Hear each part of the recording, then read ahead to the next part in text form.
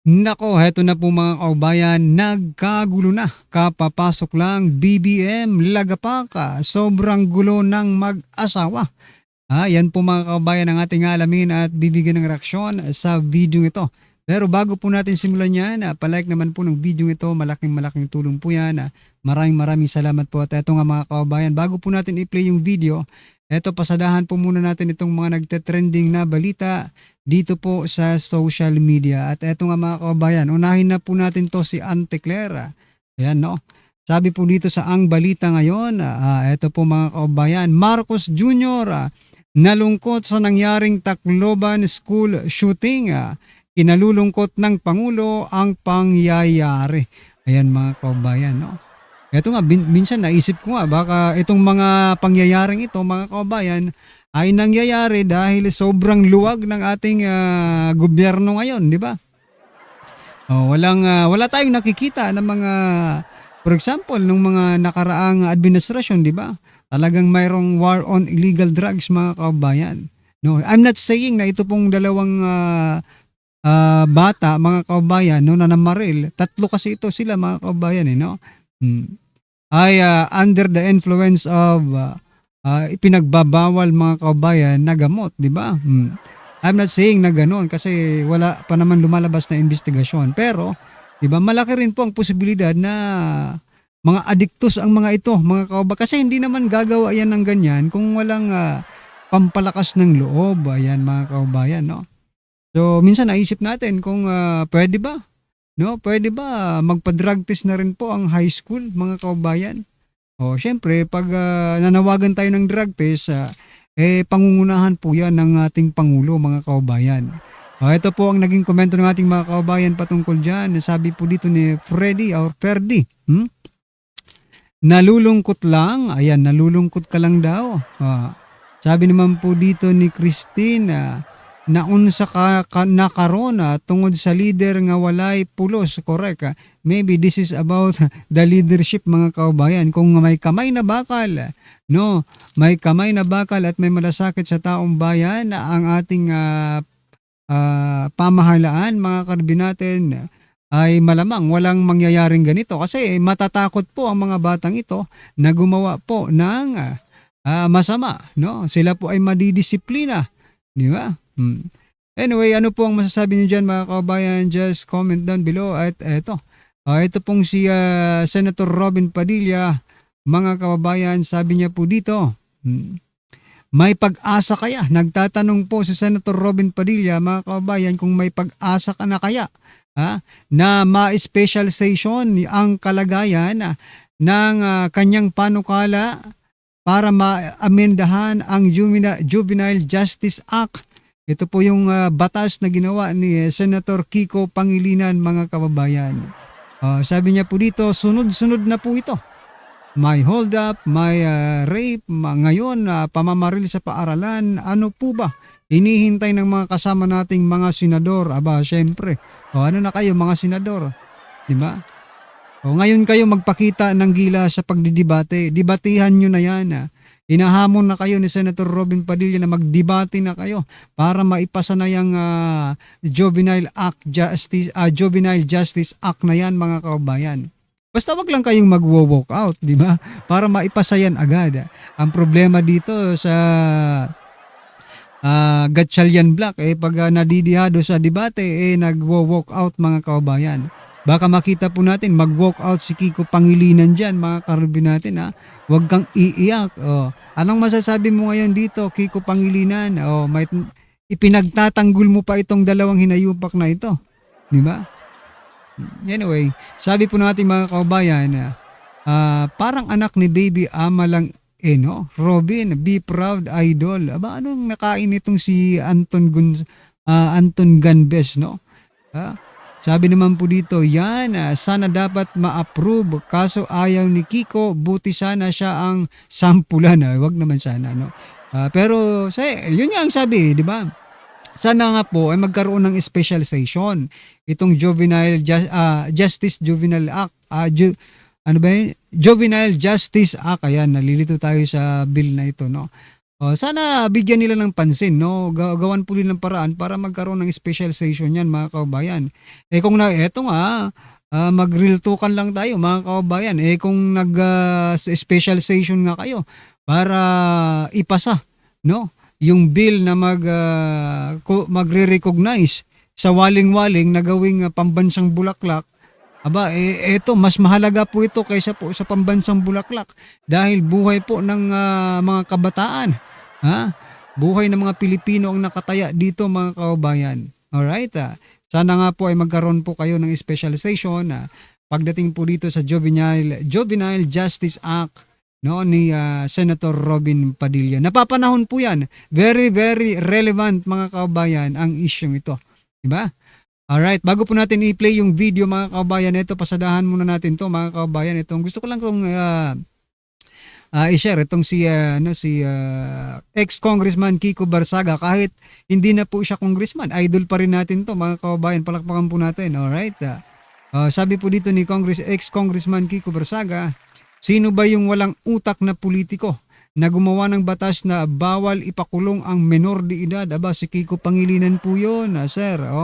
Sabi naman po dito, yan, tuloy nagbarilan na sila sa eskwelahan. Hashtag death penalty. Ayan, mga kababayan, what do you think? Pwede ba? Pwede bang death penalty dito, mga kababayan? Pero pag-usapan na rin natin yan dito sa act ni Senator Robin Padilla sa Juvenile Justice Act, mga kababayan. Malay natin, no? Ma-consider yan. Basta pinakamalalang mga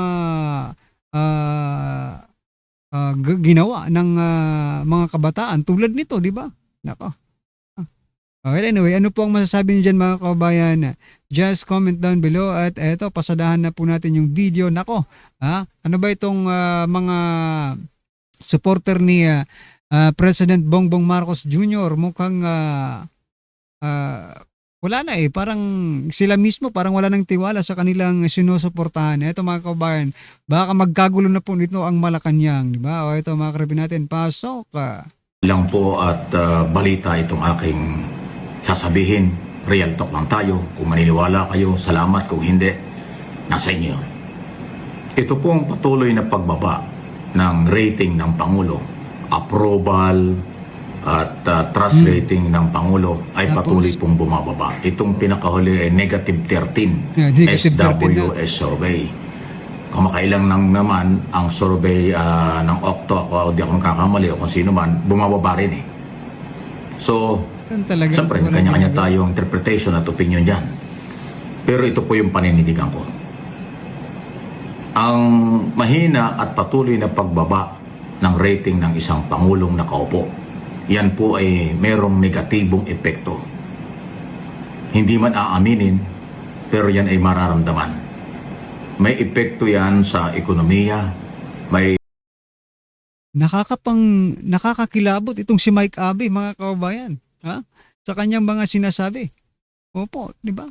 Kilalang kilala itong taga-himod ng puwit ni Marcos tapos ngayon ganito na ang mga pananalita. Alright, ano ba, nilalaglag mo na ba si President Bongbong Marcos Jr.? Iba na ang tono ng pananalita ni Marcos Jr., ni Mike Abe, no? Baka hindi ito na malitahan, deliveran nyo na ito, nako po. Epekto yan sa national security at may epekto yan sa moral ng presidente at ng buong gobyerno. Kasi kahit anong gawin ng Pangulo, sa tingin niya ginagawa niya ang tama, bakit bumababa ang rating niya? Something wrong. Yun po yun. Pero hindi naman ang Pangulo lang ang dapat magtaas ng moral at rating ng presidente. Kaya nga may mga cabinet secretary, kaya nga napakalawak ng executive department. Lahat ng nasa executive department, dapat gawin nila ang trabaho nila. Gawin nila yung gusto ng Pangulo para maintindihan ng mamamayan, ng taong bayan. Parang hindi po nangyayari yun. Kaya pasintabi na sa mga Marcos loyalists, Marcos supporters. Kung ang tingin ninyo baliwalaya kahit bumaba ang rating, kahit mag-zero pa raw, wala daw pakialam sila, kahit isali mo na sarili mo dyan, no? Huwag kang magmalinis, Mike Abe. Supporter ka ng Marcos. Di ba? Ngayon, iiwan mo na sila dahil negative na. negative 13 na at pababa pa ng pababa. Ha? Oh, iiwan mo na. Dako, napaka ano mo naman, Mike. Daw, anong mangyari sa survey, wala na yan. Basta sila Marcos. Kasi ganun kayo. Pero huwag kayo magagalit. Yang inyong pananaw, personal ninyo yung pagmamahal at malasakit sa Pangulo. Ang pinag-uusapan dito at ang aking pong sinasabi ay yung para sa pangkalahatan. Hindi, Ang wow. presidente ay ama ng bansa. Siya yung chief executive, punong ehekutibo. Dapat umangat ang approval at rating niya. Trust rating. Ano ba to, Mike? Para lalo niyang ma-establish Teka at lang. matanggap ng mamamayan ng Teka lang, Mike Abe, ano ba ito? For the views ba ito? For the views mo lang ba yan? Parang nilalaglag mo na si President Bongbong Marcos Jr. Ipagtanggol mo. Please naman, ipagtanggol mo. This is your time to shine, Mike Abe. Ha? Ipagtanggol mo naman yan si President Bongbong Marcos Jr. Nakakahiya ka. lahat ng kanyang ginagawa. Kasi pagbagsak sa survey, lahat ng kanyang ginagawa, kahit maganda, baliwala. Kasi hindi natatanggap ng tao. Sabihin natin, iilan na survey, nandun na tayo. Pero may epekto po yan, maniwala kayo.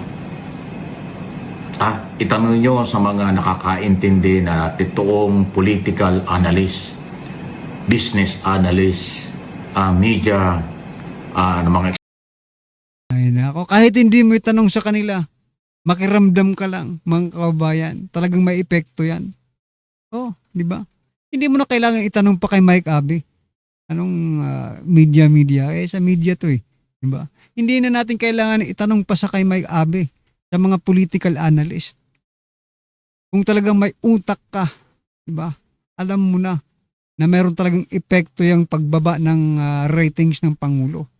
Pero kung hanggang ngayon nagpapaloko ka pa rin, no? Parang natauhan dito si Mike Abe eksperto, magtanong kayo. Matututo kayo sa kanila. Hindi man ako nagmamagaling. Kaya kung sinishare ito sa inyo, ako'y nagpapakatotoo lang. Sinusuportahan ko ang gobyernong ito. Pero kung ganyan ang dating ng mga survey, something wrong. May malaking problema si Pangulong Marcos. Hindi na ipaparating niya sa masang Pilipino at sa mga Pilipino ang kanyang ginagawa. Kulang na kulang ang makinarya ng kanyang mga tauhan. Yun ang tingin ko. Masama ang epekto pagpatuloy. So, it's all about makinarya, mga kabayan, para kay Mike Abe, yung mga nangyayari ngayon, no? Makinarya, it's all about marikinarya. Ha? Hindi yun talagang ramdam ng taong bayan. Kung maganda pala yung makinarya nila, pero hindi ramdam ng taong bayan. Diba? Nako, magpakatotoo lang kasi tayo dito, mga kabayan. Magpakatotoo lang tayo dito na talagang ang Marcos ay walang ginagawa, mga karibin natin. Wala silang pakialam sa ating mga mahihirap. No? Ayun ako. Pero hindi pa rin ako makapaniwala dito sa anong ito eh. 'Di ba si Mike Abe, mga kabayan, ganito ang pananalita. Aray ko po. Ha? Baka may something dito. Baka bukas makalawa, mga kabayan. For example lang, hindi ko sinasabing nadiliberan talaga. For example lang, madiliberan ito. Baka mag-iba na naman po ang tono ng hinayupak na ito. Tuloy na bumababa ang rating ng Pangulo. Yan po yung aking sariling opinion. Kung ayaw nyo maniwala, pakireview nyo ito at inyong pakinggang mabuti. Baka maintindihan po ninyo. Ako mga karya, Ayan, mga kabayan, ano kaya grabe na ang mga nangyayari ngayon. Mismong mga tuta nila, mga kabayan, umaamin na talagang grabe na talaga ito. Parang wala na itong pag-asa, parang yun ang nararamdaman ko, grabe na. Parang lungkot na lungkot si Mike Abe habang nagsasalita, mga kabayan. No? Parang hindi niya matanggap na yung sinusuportahan niya, ganito na. At sinuportahan kita, simula na nagsimula ka, tapos ganitong mangyayari. Aray ko po. Nagpapakatotoo na daw si Mike Abe, naniniwala ba kayo? Yan ay nagtatanong lang po tayo kung naniniwala na ba kayo dito kay Mike Abe na, di ba, nagpapakatotoo lang daw siya, mga kababayan. Anyway, ano po ang inyong masasabi dyan, mga kababayan? Just comment down below at syempre huwag pong kalimutang i-like ang video ito. Malaking tulong po yan. Maraming salamat po.